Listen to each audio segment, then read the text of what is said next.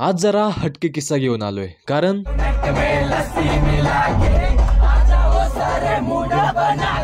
सततच्या धावपळीच्या जीवनात कधीमध्ये पाय मोकळे करणं गरजेचं असतं. म्हणूनच आम्ही पोहोचलो केशर फार्म रिसॉर्टला SNJच्या ट्रिप सोबत, जिथे निसर्ग, मस्ती आणि मातीमधलं क्रिकेट सगळंच ऑल इन वन पॅक मध्ये मिळालं. आणि असे काही फनी किस्से.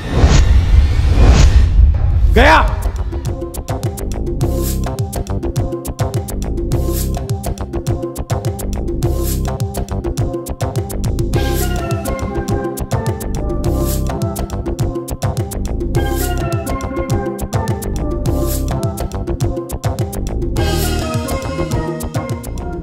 ट्रिप 7 वाजता निघणार होती, तर रोजपेक्षा आज जरा सकाळी लवकर उठून दीपक भाऊसोबत आपण पिकअप स्पॉटपाशी पोहोचलो. आणि बसमध्ये पाहिलं तर सगळे एकदम एनर्जीने भरलेले आणि उत्साही वाटत होते. पण त्याच्यामध्ये एक असा चेहरा दिसला आणि प्रश्न पडला, इस सज्जन को क्या तकलीफ है भाई? आता ट्रिप सुरू झाली गाडीच्या भोंग्यासोबत, ह्या गँगच्या डान्स सोबत आणि मस्ती सोबत. पण मनात मात्र पक्ष्यांच्या किलबिलाटाचा आवाज, निसर्गाचे नजारे, अगदी टोटली फील मिळत होता. तर 2 तासानंतर आपण पोहोचलो रिसॉर्टच्या जवळ, जिथे आपल्या बसेस रिसॉर्टपर्यंत येऊ शकत नव्हत्या. म्हणून थोडं दूर पेट्रोल पंपाशी आपण गाडी पार्क करून चालत पोहोचलो रिसॉर्टपाशी. आणि जसं आम्ही रिसॉर्टमध्ये पोहोचलो तसं वाटलं की भाई स्वर्ग गाठलं की काय. चारही बाजूंनी नुसती गच्च झाडे आणि नुसतीच हिरवळ.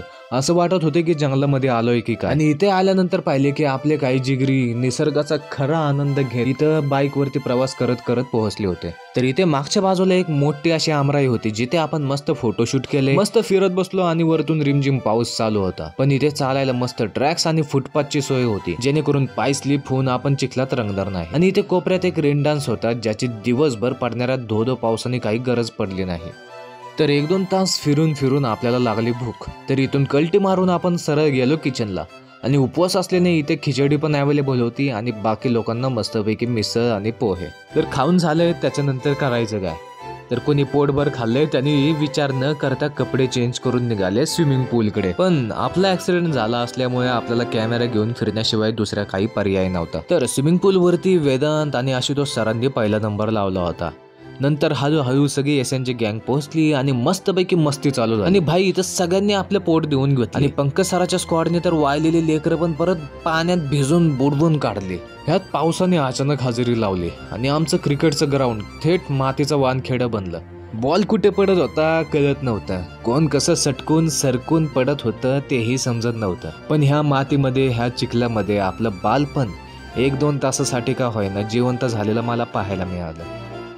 इथल्या रिमझिम पावसाने आणि नजाऱ्यांनी वातावरण एकदम कडक झाले होते. तर आकाशातून हे किती भारी दिसेल हा विचार आला. पण आपण काय पप्पाची परी नव्हतो की हवेत उडून व्हिडिओ कॅप्चर करायला. पण आपला कबूतर मात्र हे करू शकत होता. तर ह्यात एक ड्रोन शॉटचा असा बेकार किस्सा झाला. मी आपल्या मॅडम्सला आणि गँगला सर्कल करून एक ड्रोन शॉट घ्यायचा प्रयत्न केला, पण व्हिडिओचं बटनच चालू करायचं विसरून गेलो. अर्थात आता शिव्या तर खाव्या लागणार आहेत, तर मानसिक तयारी करूनच सोमवारी ऑफिसला जावं लागणार आहे. तर खेर बाकीचे ड्रोन शॉट मात्र चांगले आले होते, पण पावसामुळे जास्त ड्रोन पण उडवता आला नाही. आणि आता पूलमध्ये आणि चिखलात तर आपण जाऊ शकत नव्हतो. तर एवढ्या वेळ करायचं काय.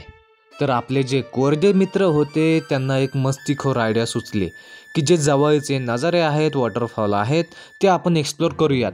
आणि त्यांच्यासोबत आपण तोंडवर करून निघालो पण.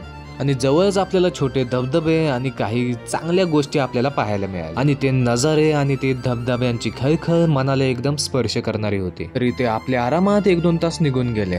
तर खेळून झाल्यानंतर इथे होते गरमागरम पनीर चपाती, डाळ भात आणि गावरान ताक आणि सोबतच स्वीटमध्ये गुलाबजाम. पोटासाठी रिटायरमेंट प्लॅन तयार. पण आपला उपवास असल्यामुळे फक्त आपण बघूनच पोट भरवून घेतलं. जेवणानंतर काहींनी मस्तपैकी झाडांखाली एक छोटीशी गोडशी झोप घेतली.